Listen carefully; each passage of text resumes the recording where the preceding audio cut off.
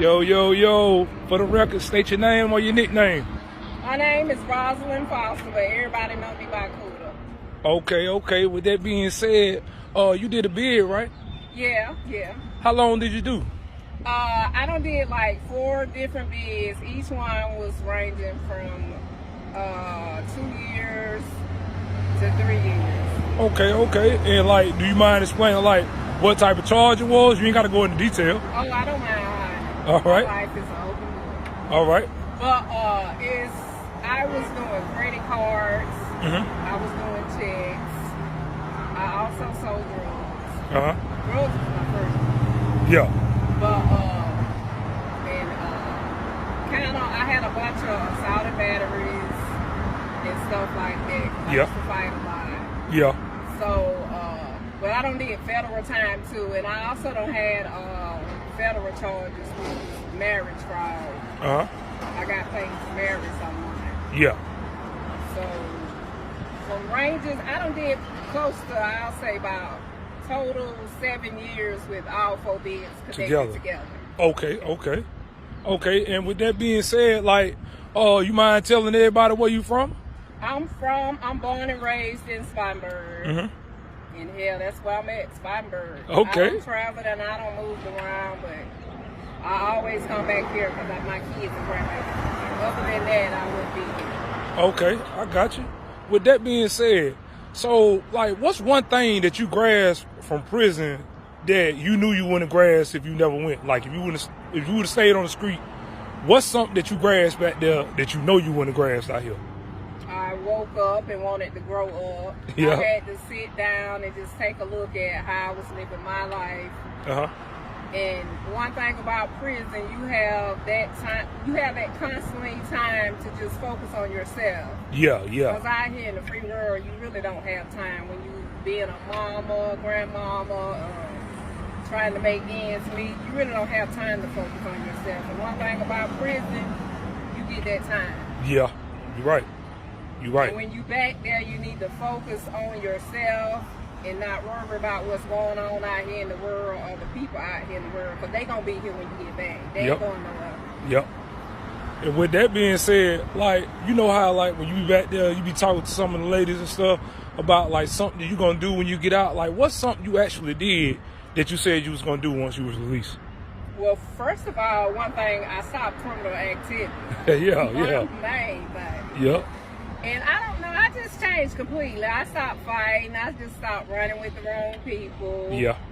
I'm just a loner now. Okay. And I just stay to myself. And if you always see me, I'm going to pretty much be by myself or with my grandkids. Yeah. That's it. Okay. I don't really roll with nobody. But I don't know, you just have to work on yourself. You mostly have to work on your mental health. Yeah. Because we all had, like, fucked up upbringings. Yeah. So, you know, that kind of offends from a lot of stuff that we do. Yeah, I got you. And with that being said, like, you know, like, what's like one of the number one reasons to you that you think like black people like ourselves replicate and go back to prison more than one time? I don't know. We just got a hard time of just following instructions. Yeah. Pretty much. Yeah. And then, you know, we don't win. We most of us was raised just with nothing. Yeah. And most of us didn't have our daddies. We just had moms. Yeah. And therefore, I don't know. We have in our frame of mind that we just want it all, and we gonna do whatever we got to do to get it. Yeah, most definitely. We don't have that structure that most rich kids got, white kids or suburban kids and stuff. You know, we just raised to take care of yourself and do what you gotta do. Most definitely. Right. I respect that. And with that being said, one more question. Like, I like to give people at the end a chance. Like, if you want to give people any shout outs that you know, or if you want to just, you know what I'm saying, shout out a business that somebody you know, or whether you got a business or striving for one, just your chance to put it out there right now. Right.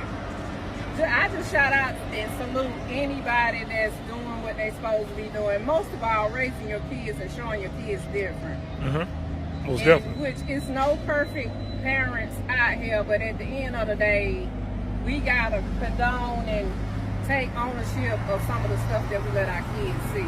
So Yeah. they see a lot And we sit and act like kids don't know what's going on. Yeah. Even babies know what's going on. They might can't speak on it, but they know. They know, you're right. And we the one gotta show them, and mostly fathers with their girls. That's a big thing. Mm-hmm. A man truly got to be in his daughter's life to show her what type of man to deal with. Most definitely. It's only so much a mama can do. Yeah. Mothers can't show them the type of man because we don't even know how to pick the right man ourselves. Yeah. That's just something got to come from a father. Yeah. You got to show them how a man's supposed to treat and respect them. That's Yes, sir. just my biggest priority, our babies.